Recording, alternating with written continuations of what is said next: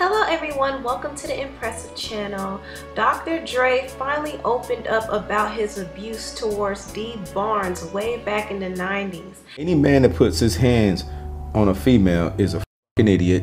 He's out of his fucking mind. I was out of my fucking mind at the time. I paid for it. I'm sorry for it. Now, if you don't know the backstory, Dee Barnes was a journalist way back in the 90s, and she hung out with NWA and she was interviewing them, and she got really close to them. She was also friends with Dr. Dre. And during this time, NWA had a major feud, and Ice Cube left the group.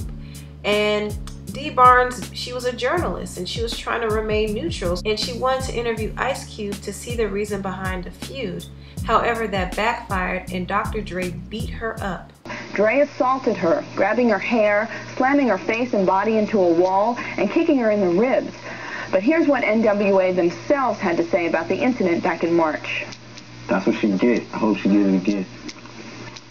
She got beat down. What was that, Ren? Huh? What did she do that would that? What did she do? What did she do that created the situation that made it that bad? Try to make us look stupid. Tried to play us. Is that national TV? And while I was talking to this person, Dre approached. And what did he do? Did he say anything? Just grabbed me. He grabbed you. They grabbed me by my hair and started slamming me up against the wall. What were the lingering injuries from what happened? Migraine.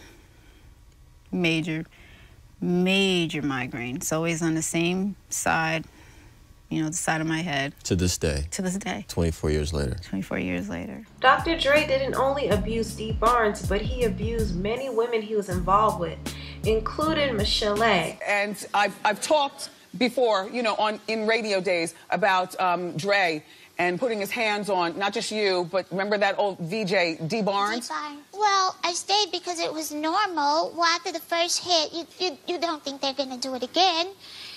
And it does escalate. Dr. Dre also opened up some more in this documentary, and he said this: "I've done a lot of stupid things in my life, a lot of things that I wish I can go and take back. I've experienced abuse. I've watched my mother get abused, you know?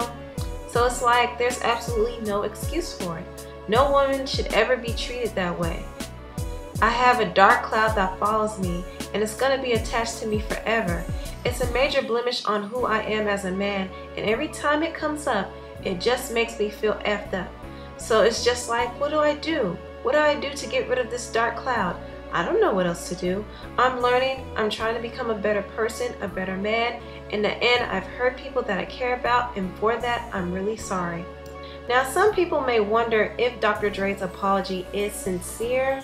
I do know that he has a brand to protect, and these allegations have been following him for like throughout his whole career, literally.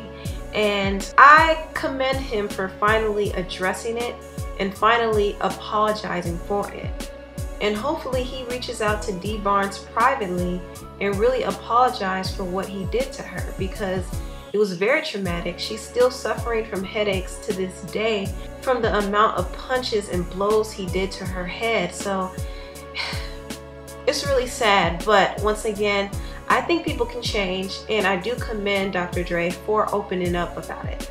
So anyway, thank y'all so much for watching, and I'll see you next time. Bye!